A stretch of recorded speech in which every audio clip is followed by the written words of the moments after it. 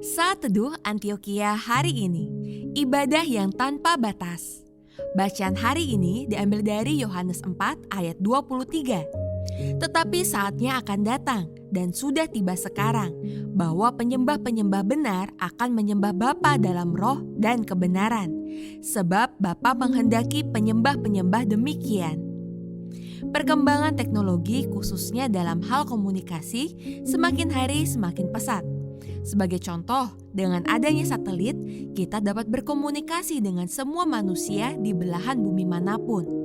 Dengan satelit, sinyal komunikasi dapat diteruskan ke seluruh dunia dengan sedikit atau tanpa halangan, sehingga kita dapat berkomunikasi dengan mudah.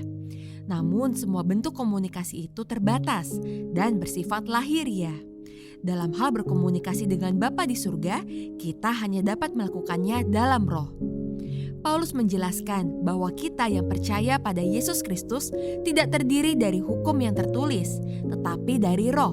Sebab hukum yang lahiriah mematikan, tetapi roh menghidupkan. Jadi, kehidupan Kristen merupakan hubungan pribadi antara manusia dan Allah. Hubungan itu menjadi mungkin karena karya Tuhan Yesus di kayu salib. Ingatlah senantiasa bahwa ibadah itu bersifat rohani, karena Allah itu roh. Itulah sebabnya kita dapat melakukannya kapan saja dan di mana saja tanpa dibatasi oleh apapun. Peraturan atau tata tertib dalam ibadah bukanlah hal yang utama, karena bagi Allah yang penting adalah sikap hati kita. Saudara, bagaimana pemahaman kita selama ini tentang ibadah? Apakah kita hanya mengutamakan hal-hal duniawi? Bagaimana supaya kita dapat mengalami pengalaman rohani bersama Allah? Ingat, Allah itu roh, maka kita harus berkomunikasi dengan Dia dalam roh dan kebenaran.